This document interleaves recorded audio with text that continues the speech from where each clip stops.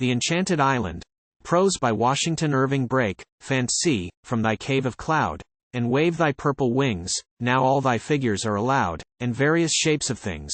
Creative airy forms a stream, it must have blood and not of phlegm, and though it be a walking dream, yet let it like an odor rise to all the senses here, and fall like sleep upon their eyes, or music on their ear. Ben Jonson. There are more things in heaven and earth than are dreamed of in our philosophy, and among these may be placed that marvel and mystery of the seas, the island of St. Brandan. Every schoolboy can enumerate and call by name the Canaries, the fortunate islands of the ancients, which, according to some ingenious speculative minds, are mere wrecks and remnants of the vast island of Atalantis, mentioned by Plato, as having been swallowed up by the ocean. Whoever has read the history of those isles, will remember the wonders told of another island, still more beautiful, seen occasionally from their shores, stretching away in the clear bright west, with long shadowy promontories, and high, sun-gilt peaks. Numerous expeditions, both in ancient and modern days, have launched forth from the Canaries in quest of that island. But, on their approach, mountain and promontory have gradually faded away, until nothing has remained but the blue sky above, and the deep blue water below. Hence it was termed by the geographers of old, Aprositus, or the Inaccessible, while modern navigators have called its very existence in question, pronouncing it a mere optical illusion, like the Fata Morgana of the Straits of Messina, or classing it with those unsubstantial regions known to mariners as Cape Flyaway, and the coast of Cloudland. Let not, however, the doubts of the worldly wise skeptics of modern days rob us of all the glorious realms owned by happy credulity in days of yore. Be assured, O reader of easy faith, thou for whom I delight to labor, be assured, that such an island does actually exist, and has, from time to time, been revealed to the gaze, and trodden by the feet, of favored mortals. Nay, though doubted by historians and philosophers, its existence is fully attested by the poets, who, being an inspired race, and gifted with a kind of second sight, can see into the mysteries of nature, hidden from the eyes of ordinary mortals.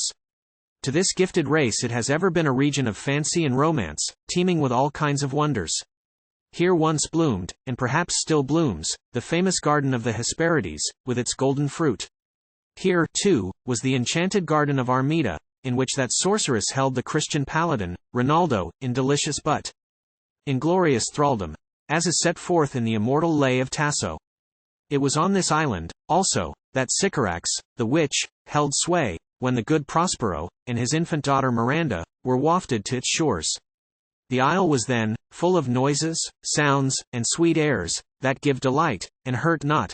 Who does not know the tale, as told in the magic page of Shakespeare? In fact, the island appears to have been, at different times, under the sway of different powers, genii of earth, and air, and ocean, who made it their shadowy abode, or rather, it is the retiring place of old worn-out deities and dynasties, that once ruled the poetic world, but are now nearly shorn of all their attributes.